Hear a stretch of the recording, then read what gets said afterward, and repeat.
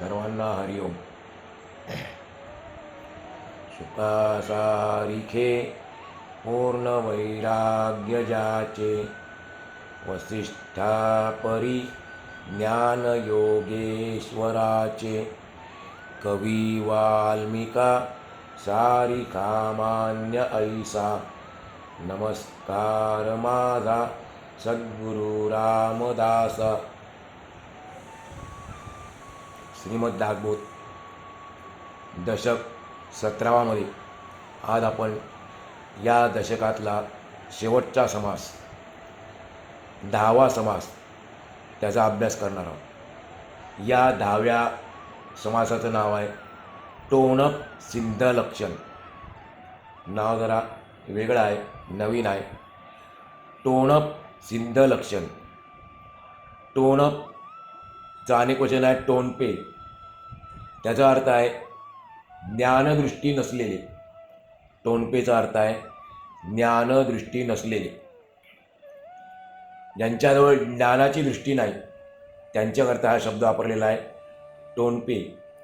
आणि त्यांची आपल्याला काय लक्षणं आहेत, कसे ओळखायचे ते या समाजातून आपल्याला सांगितलेलं आहे. स्वामीजी सांगतात की परब्रह्म हे पाताळ लिंगासारखे आहे.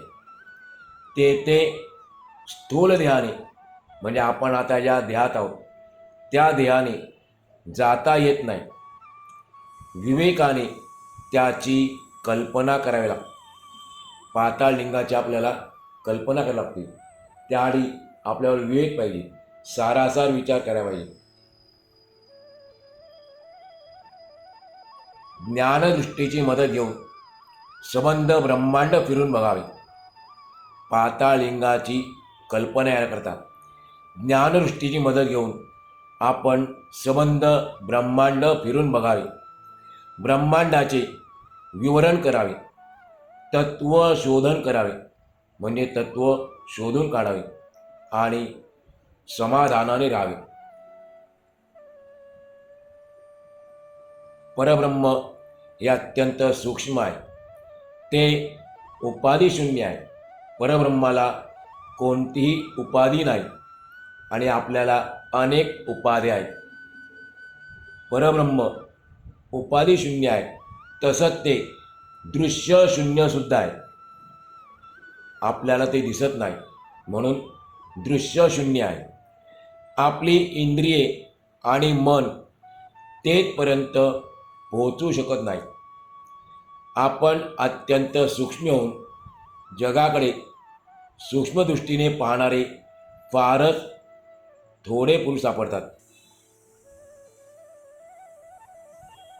समर्थ सांगतात की आपण स्वतः अत्यंत सूक्ष्म होऊन जगाकडे सूक्ष्मदृष्टीने पाहणारे पुरुष फारच थोडे सापडतात. आपण अर्थरूप होऊन निर्गुणाचा अनुभव घ्यावा. आचार आणि विचार सांभाळावे म्हणजे उक्ती आणि कृती. आचार विचार म्हणजे काय? उक्ती. आचार म्हणजे आचरण आणि विचार सांभाळावा. श्रवणाने आणि मनाने सूक्ष्मदृष्टी वाढवावी. आपल्याजवळ सूक्ष्मदृष्टी नाही, मग ती आपण कशी प्राप्त करायची, कशी वाढवायची ते सांगितलं. श्रवणाने मननाने सूक्ष्मदृष्टी वाढवावी आणि तिच्या साहाय्याने सूक्ष्मदृष्टीच्या साहाय्याने आसार टाकून या जगात जे आसार आहे त्याचा त्याग करून आपण सार तेवढे घ्यावे. यासाठी सर्वांगीण विवेक आवश्यक असतो. सार निवडून काढण्याकरता आपल्याजवळ सर्वांगीण विवेक आवश्यक असतो. मग तो आपल्याला विवेक कुठे सापडणार, आपण कसं करू शकतो? म्हणून त्यासाठी संतांची संगती धरावी.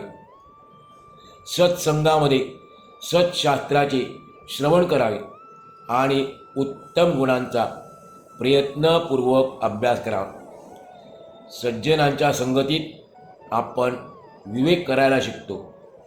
त्यांच्या संगतीत राहिलं तर आपल्याला सत्शास्त्राचे ग्रंथांचे श्रवण होते आणि ते श्रवण केल्यानंतर आपल्यामध्ये उत्तम गुण येत असतात, सद्गुण आपल्यामध्ये येत असतात.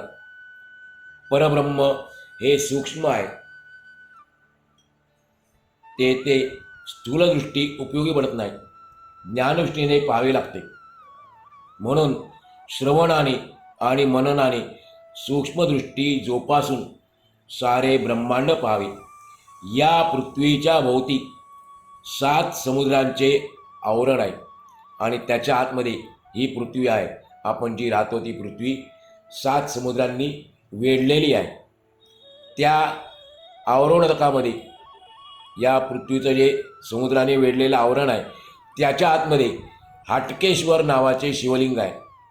समोर सांगतात या आवरणकामध्ये म्हणजे आवरण असलेल्या उदकामध्ये 7 समुद्राच्या आतमध्ये हाटकेश्वर नावाचे शिवलिंग आहे. त्याला मी नमस्कार करतो. त्या पाताळ लिंगाचा महिमा फार थोर आहे.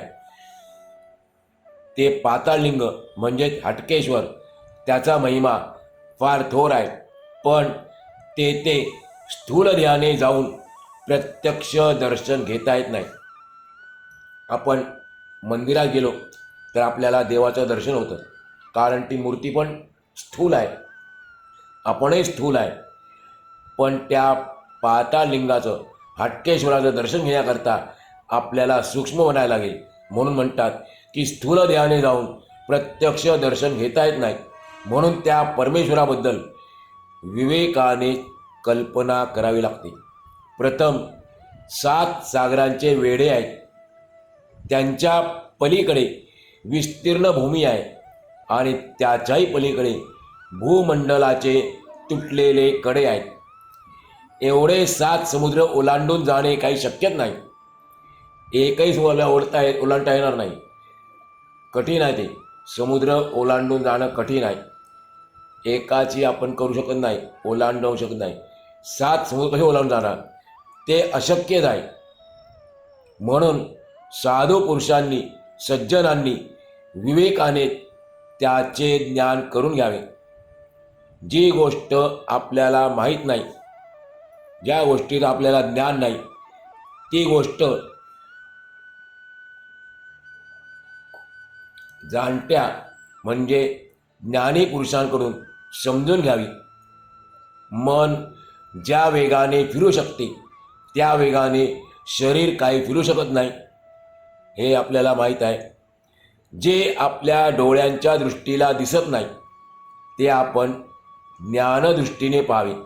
आपले डोळे आहेत त्याला चर्मचक्षू म्हणतात, कातड्याचे आहेत, त्याला पाहण्याकरता लिमिट आहे, मर्यादा आहे. एका विशिष्ट मर्यादेच्या पलीकडे आपले डोळे पाहू शकत नाही. म्हणून त्या ब्रह्माला पाहण्याकरता आपण ज्ञानदृष्टीने पाहावे. ज्ञानदृष्टीने संपूर्ण ब्रह्मांडाचे विवरण करावे आणि समाधानाने राहावे. आपली पृथ्वी ही मध्येच आहे, म्हणून तर वर आकाश आणि खाली पाताळ असा भेद झाला आहे. आपल्याला देखील माहिती आहे, आपल्या वर 7 स्वर्ग आहे आणि खाली 7 पाताळ आहे आणि त्याच्यामध्ये ही पृथ्वी आहे आणि त्या पृथ्वीमध्ये आपण राहतो आहोत. आणि म्हणून कधीकधी असं वर्णन करतात की आपली अवस्था कशी आहे, त्रिशंकू आहे, म्हणजे धड वर पण नाही आणि खाली पण नाही, मधल्यामध्ये आहे. पृथ्वी मध्येच आहे आणि म्हणून वर आकाश आणि खाली पाताळ असा भेद झाला. जर हा पृथ्वीचा तुकडा मध्ये नसता, पृथ्वीमध्ये नसती, तर मग चोहीकडे एकच रिकामे अंतराळ भरलेले दिसले असते, जे स्वभावतात उपाधीपासून मुक्त आहे. अंतराळ कसा आहे, अवकाश म्हणतात त्याला, अंतराळ म्हणजे अवकाश, पोकळी सोप्या भाषेमध्ये, जे स्वभावतात उपाधीपासून मुक्त आहे आणि ज्याच्या ठिकाणी मिथ्या दृश्याचा मागमूस देखील नाही, त्याला परब्रह्म असे नाव आहे. एकदम सोप्यात सोपी व्याख्या केली समर्थांनी. परब्रह्म कशाला म्हणायचं, जे स्वभावतात उपाधीपासून मुक्त आहे. परब्रह्माला किंवा ब्रह्माला कोणतीही उपाधी नाही आणि ज्याच्या ठिकाणी मिथ्या म्हणजे लटक्या खोट्या दृश्याचा मागमूत देखील नाही, त्याला परब्रह्म हे नाव आहे. ते परब्रह्म अनंत आहे, अमर्याद आहे आणि दृश्यरहित आहे, म्हणजे दृश्यशून्य आहे. जे डोळ्यांना दिसते त्याला दृश्य म्हणतात. आणि म्हणून या विश्वाचं वर्णन करताना म्हणतात की हे विश्व कसं आहे, दृश्य विश्व आहे, दृश्य जगत आहे. डोळ्यांना जे दिसते त्याला म्हणतात दृश्य, आणि जे मनाला जाणवते तो भास होय. मनाच्या पलीकडे असणारे जे निराभास परब्रह्म आहे ते आपण विवेकाने जाणून घ्यावे. परब्रह्माचा आपल्याला भास होत नाही, म्हणून ते शब्द आलेला आहे निराभास. आपण त्या निराभास परब्रह्माला विवेकाने जाणून घेतले पाहिजे. दृश्य पदार्थ आणि मनाचा भास हे दोन्ही जेथे संपूर्णपणे मागे पडतात, तेथे जो विवेकाने मजल मारतो तो खरा ज्ञानदृष्टीचा पाहणारा होय. त्याला खऱ्या अर्थाने ज्ञानदृष्टी प्राप्त झाली. कोणाला? दृश्य पदार्थ आणि मनाचा भास हे दोन्ही जेथे संपूर्णपणे मागे पडतात, तेथे जो मनुष्य विवेकाने मजल मारतो त्याला ज्ञानदृष्टी पाहायला मिळाली. परंतु स्वामी सांगतात, जगात अशा सूक्ष्मदृष्टीचे ज्ञाते फारच थोडे असतात. विज्ञानात काय, तत्त्वज्ञानात काय किंवा आत्मज्ञानात काय, ज्याच्या अंगी जितकी सूक्ष्म आत्मदृष्टी असते तितक्या प्रमाणात तो मोठा द्रष्टा बनतो. द्रष्टा म्हणजे पाहणारा. शब्द संस्कृत आहे. दृश्य पाहणारा तो द्रष्टा. मग नसेल द्रष्टा असेल पाहणारा, त्याला म्हणतं द्रष्टा.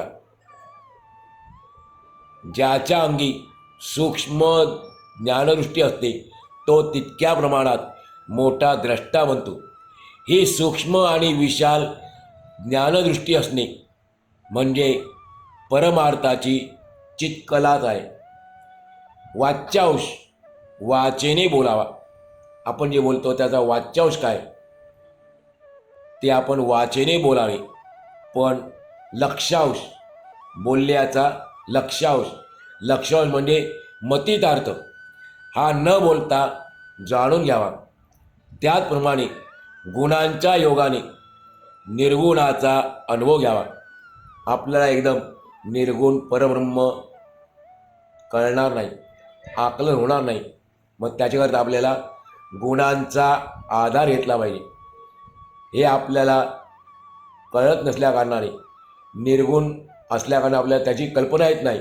म्हणून त्या परब्रह्माने गुणासहित आपल्यासमोर अवतार घेतला, म्हणून त्याला म्हणतात सगुण. तर गुणांच्या योगाने, सगुणाच्या योगाने निर्गुणाचा अनुभव घ्यावा. मनातील सगळा अर्थ शब्दातून व्यक्त करता येत नाही. आपल्या मनात बऱ्याच गोष्टी असतात, पण त्याचा आपल्याला अर्थ शब्दातून व्यक्त करता येत नाही. म्हणून बोललेल्या शब्दांचा जो संपूर्ण अर्थ आहे, बोललेल्या शब्दांचा जो संपूर्ण अर्थ आहे तो मनातच ग्रहण करावा लागतो.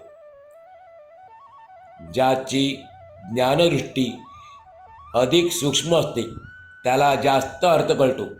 त्याचप्रमाणे त्रिगुणात्म दृश्याचा विवरणाने, त्रिगुणात्म दृश्याच्या विवरणाने त्याच्या मागे आणि पलीकडे असणारे जे निर्गुण शाश्वत तत्व आहे ते सूक्ष्मदृष्टीने आकलता येणे, गुणांचा नाश होतो हे प्रत्यक्ष दिसते. आपल्याला त्या सूक्ष्म असलेल्या परमतत्वाचा अभ्यास करायचा आहे, त्याचे ज्ञान करून घ्यायचं आहे. मग ते म्हणतात त्या ठिकाणी की ते आपल्याला कधी होणार, सूक्ष्मदृष्टी असेल तर आपल्याला त्याचे ज्ञान करून घेता येते. पण त्या ठिकाणी गुणांचा नाश होतो हे प्रत्यक्ष दिसते. निर्गुण अविनाशी आहे, स्वाभाविक आहे. जे जे सगुण आहे, जे जे साकार आहे ते ते नाशवान आहे, आणि जे जे निर्गुण आहे, निराकार आहे, ते अविनाशी आहे. म्हणून त्याला पाहण्यासाठी निर्गुण निराकाराला पाहण्याआधी स्थूल ढोबळ दृष्टी उपयोगी पडत नाही. तेथे सूक्ष्म आकलन करणारी आणि स्थूल दृष्टीपेक्षा विशेष असणारी ज्ञानदृष्टी पाहिजे. जो आपल्या स्थूल दृष्टीला दिसत नाही त्याच्याबद्दल श्रवण करून त्याचे ज्ञान प्राप्त करून घ्यावे. त्याच्याकरताही आपल्याला सत्संग करायला पाहिजे. श्रवण केल्यानंतर आपल्याला त्याचं ज्ञान आकलन करून घेता येतं. श्रवण आणि मनन नुसतं श्रवण नाही, त्यानंतर आपण जे ऐकलेलं आहे त्याचं मनन केल्यानंतर सर्व काही आकलन करता येत नाही. पण ज्यांना श्रवण नाही, मनन नाही, म्हणजे जे श्रवण करत नाही, मनन करीत नाही आणि जे टोनपे म्हणजे ज्ञानदृष्टीविहीन असतात ते या सृष्टीलाच सत्य मानतात. टोनपे त्यांचं वैशिष्ट्य काय, त्यांचा तो अवगुण आहे खरं म्हणजे. त्यांच्याकडे ज्ञानदृष्टी नसल्याकारणाने ते या सृष्टीला, या जगाला सत्य मानतात. त्यांना खरी परीक्षाच करता येत नाही. अशा माणसांना वेदशास्त्रे तरी काय करणार. 5 भूते आणि 3 गुण यांच्यापासून अनेक प्रकारचे दृश्य पदार्थ निर्माण झाले. त्या सर्व पदार्थांचे ज्ञान करून घेणे शक्य नाही. हे जरी खरे असले तरी सगळे पदार्थ कोणीही सरसकट सारखेच मानू नयेत. जर सर्व पदार्थ सरसकट सारखेच मानले तर तेथे चांगले वाईट, अविनाशी विनाशी, उत्तम आणि मध्यम इत्यादी भेद नसल्याने परीक्षेला काही वावच उरणार नाही. त्याआधी आपल्याला समर्थ एक उदाहरण देतात. समजा एखाद्या माणसाच्या तोंडाला चव नाही, तो सर्व अन्न एके ठिकाणी कालवतो. त्यामध्ये पदार्थांची चव निराळी उरतच नाही. तसा प्रकार होतो. ज्ञानदृष्टीहीन माणूस म्हणजे ज्याच्याजवळ ज्ञानदृष्टी नाही असा माणूस गुणग्रहण करू शकत नाही. मूर्ख माणूस विवेक करू शकत नाही. सारासार विचार मूर्ख माणूस करू शकत नाही. विवेक आणि अविवेक यांना हे टोनपे लोक एकच समजतात. श्रेष्ठ कोणते आणि कनिष्ठ कोणते हे ज्याला कळत नाही त्याला परमार्थाचा अभ्यास करताच येत नाही. सूक्ष्म आणि श्रेष्ठ, स्थूल आणि कनिष्ठ हे कळले पाहिजे, तरच परमार्थ साधना होऊ शकते. हे न कळता स्थूलामध्ये नाना प्रकारांचा अभ्यास करीत गेलो, स्थूल जगतामध्ये नाना प्रकारच्या विषयांचा आपण अभ्यास करीत गेलो तरी माणसाला बंधनातून मुक्त होता येणार नाही. ज्या माणसाला वेळ लागते तो स्वतः तारतम्यहीन बनतो, कारण त्याला वेळ लागले असते. घाण काय आणि छान काय दोन्ही त्याला सारखेच वाटतात. त्याचप्रमाणे स्थूल आणि सूक्ष्म, शाश्वत आणि अशाश्वत म्हणजे कायम टिकणारे आणि नाशवान असलेले यांच्यातील फरक ज्यांना कळत नाही ते सर्व ज्ञानहीन समजावे. ते विवेकी नव्हे. ज्या दृश्य वस्तूचा सतत नाश चालू आहे त्यांना हे लोक अविनाशी म्हणतात. असल्या अडाणी परंतु स्वतःला शहाणे समजणाऱ्या माणसांना काय म्हणावे. ईश्वराने पुष्कळ प्रकारचे भेद केले आहेत. त्या भेदांच्या पार्श्वभूमीवरच सर्व जग चालते ही प्रत्यक्ष गोष्ट आहे, आपण पाहतो देखील. परंतु परीक्षा करणारे जर आंधळे असतील तर त्यांना एकत्र करून या दृश्य जगाची परीक्षा होणार तरी कशी. ज्यांना ज्ञानदृष्टी नाही असे टोनपे परमार्थामध्ये आंधळेच असतात. ज्या ठिकाणी परीक्षा करण्यासाठी लागणारी ज्ञानदृष्टी नाही तो टोणप्याचा समूह असतो. त्यांच्या अंगी आवश्यक असलेले गुणच नसल्याने त्यांचा परीक्षा म्हणून गौरव करता येत नाही. मानवी जीवनात खरे आणि खोटे यांचे मिश्रण झालेले असते. अशा वेळी विवेक करणारे साधू पुरुष त्यातील असार सोडून सार तेवढे ग्रहण करतात. जे ग्राह्य आहे ते ग्रहण करतात आणि जे त्याज्य आहे त्याचा त्याग करतात. नतद्रष्ट म्हणजे हलक्या प्रतीच्या माणसाला उत्तम वस्तूची परीक्षा करता येत नाही. जो स्वतः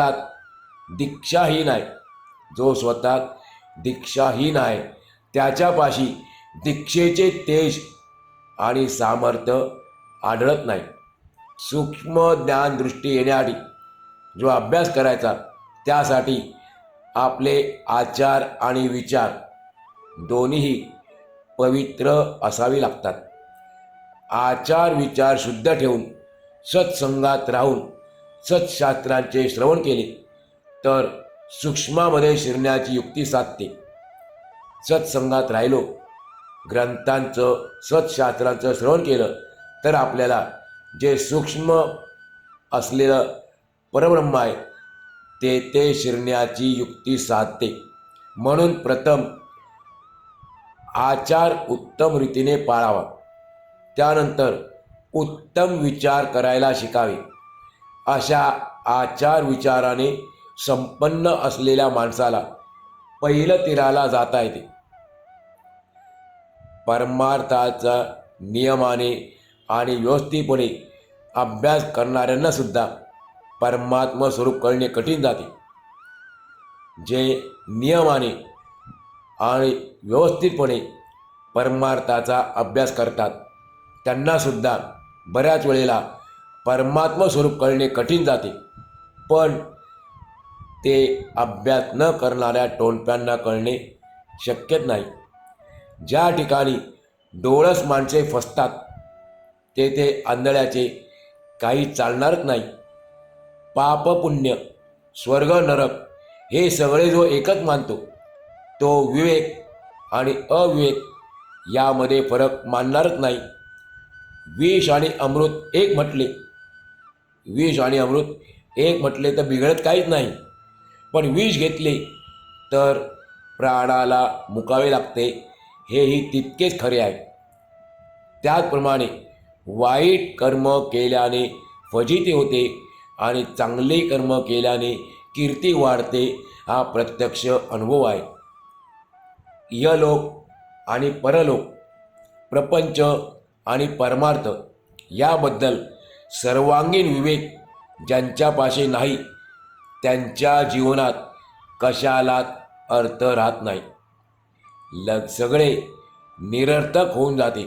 म्हणून आपण संत संग करावा, सद्ग्रंथांचे श्रवण करावे आणि नाना प्रकारे हर प्रकारे प्रयत्न करून उत्तम गुणांचा अभ्यास करावा. परमार्थ खरा कसा असतो याची योग्य कल्पना येण्यासाठी संतांच्या संगतीशिवाय अन्य कोणताही राजमार्ग नाही. त्याचप्रमाणे संतांकडून परमार्थपर ग्रंथांचे श्रवण केले तर त्यांचा योग्य तो अर्थ लक्षात येतो. पण एवढे करूनही भागणार नाही. स्वतःला साधना ही करावीच लागेल आणि इतके केल्यानंतर मग त्या साधकासाठी परमात्मा दूर नाही. अशा प्रकारे श्री दासबोधाच्या गुरु शिष्य संवादातील प्रकृतिपुरुष या दशकातील टोणपसिद्ध नावाचा समास आणि हा 17वा दशक पूर्ण झाला. आपण या ठिकाणी आजचा पूर्ण करू.